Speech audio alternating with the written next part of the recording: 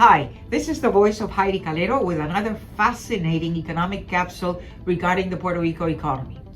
As you know, my editorial line has always been to educate you, at least to share with you the knowledge that economics is a fascinating subject that rules your life, my life, society's lives, and many countries really depend on the growth of their economy, the transformation of their economic activities. And today we're going to talk about shifting consumption patterns, which is another interesting subject linked to previous capsules that we've been talking about regarding consumption, regarding demographics, especially as our society ages. These consumption patterns will continue to shift. And above all, where is Puerto Rico's economy moving forward? What is the plan, the economic plan, to help us in terms of financing the sources of income for these consumption patterns? And this first graph depicts illustrates the consumption patterns as they have changed from 1961, which is on the left-hand side and blue bars, and 2021, the orange bars. And the different categories are from food and beverage at the bottom of this pyramid, all the way through education at the top.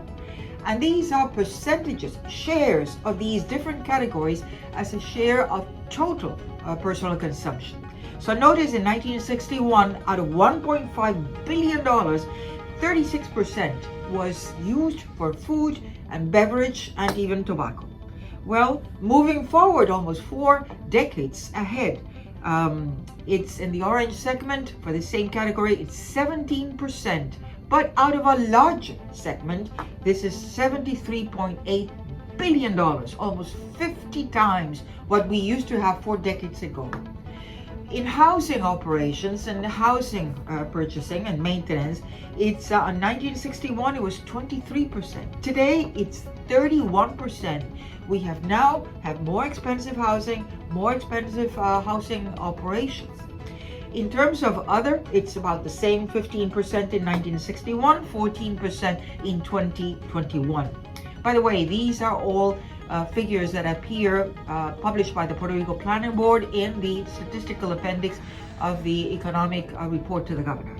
And fiscal 2021 is the latest figures that we have. In transportation, in 1961, we spent 11%. Today, it's about 10%, but 10% out of a larger chunk of personal consumption, $73.8 billion. In clothing, it's about 10% in 1961. Today, it's about 4%. And that's interesting because, again, all these demographic changes, maybe as you age, you don't need to be wearing, the latest fashions. But even the millennials and the Gen Z generation, they're more concerned with other priorities. Maybe they're more with instant gratification in terms of entertainment and not so much in terms of the way they look or the way they dress, which is a lot to be said. But medical care, notice the big difference. In 1961, it was 4%.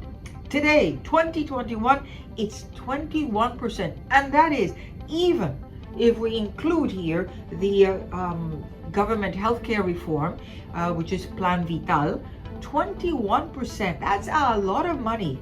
Notice then that because we are dedicating so much in terms of medical care, that is also a reflection of demographic changes, our style of living.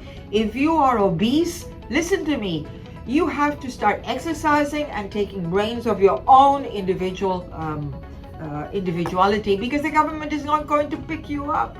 So more and more spent on people who are not taking care of their own style of living.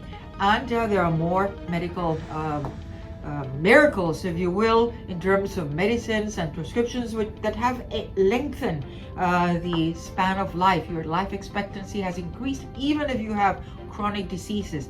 Problem is, are you going to have enough resources, enough revenues, enough pension to live through that long age? It's terrible to be old and poor, huh? So food for thought. And in terms of education, again, a reflection of what is happening in terms of now we have less children, we have a lower population, less children, And in universities, it's the same thing. Again, it's this shift in consumption patterns. It was 1% in 1961. In 2021, it's 2%. So it's very little. Remember, public education is still large in Puerto Rico, even though the quality has really gone down.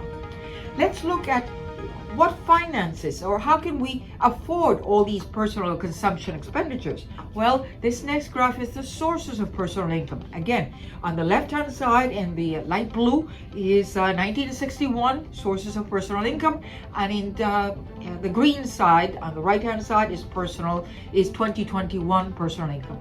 Notice in 1961, salaries accounted for 64% of personal income. So 2 out of every $3 of personal income were derived from hard work. That was the generation that we were putting Puerto Rico on the map. Well, moving fast forward, now it's half, 37%.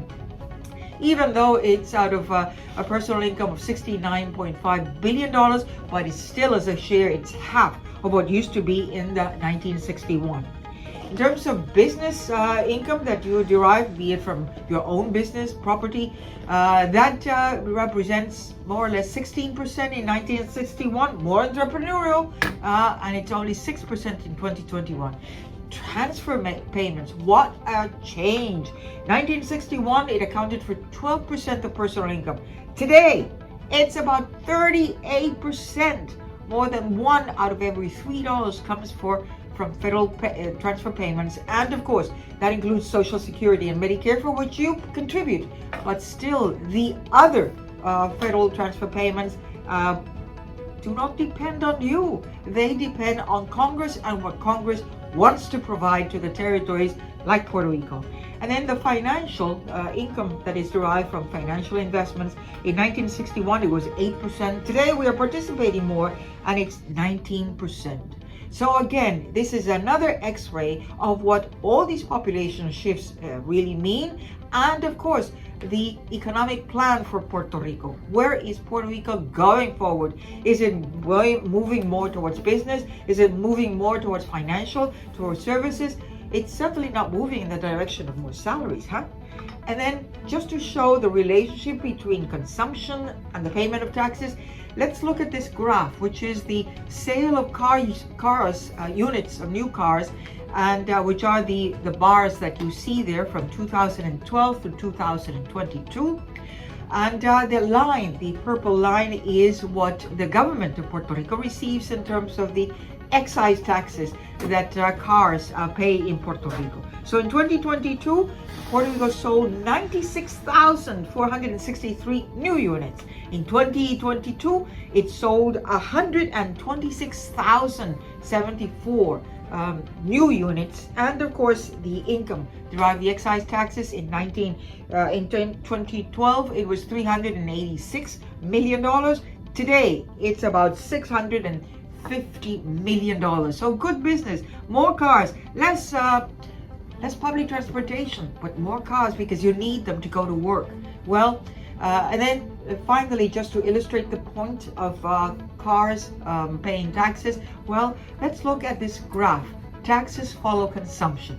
The orange line is consumption, as we saw before with the first graph that we depicted, but this is total consumption from 1973 overall to 2021, the orange line. And then the blue line is personal income taxes, plus the SUT, the sales and use tax, plus the excise taxes that are paid in Puerto Rico. All those really correlated with consumption. As you see there, it's a 97% correlation between these two trends, these two variables, which means if it were 100%, it's a perfect correlation. So of course, against the background of what is being discussed as a wrongly named tax reform, it's really more changes in tax brackets. Think of it. This is the discussion that has to take place if we are going to talk about a real tax reform. Puerto Rico needs to look at, are we going to be taxing income? Are we going to be taxing consumption, as so far has been done? Are we going to really have an economic plan to incentivize more businesses and more work, salaries from work? These are all key questions which seem to be evading our executive branch, our legislature, and of course, you who are listening to me, because this is what rules your life. If you liked this economic capsule, don't forget to go to the Voice of Heidie Calero in YouTube, subscribe, give us a like, and don't forget, this is a service of Puerto Rico Economic Pulse. And remember, the economy is all of us. Thank you.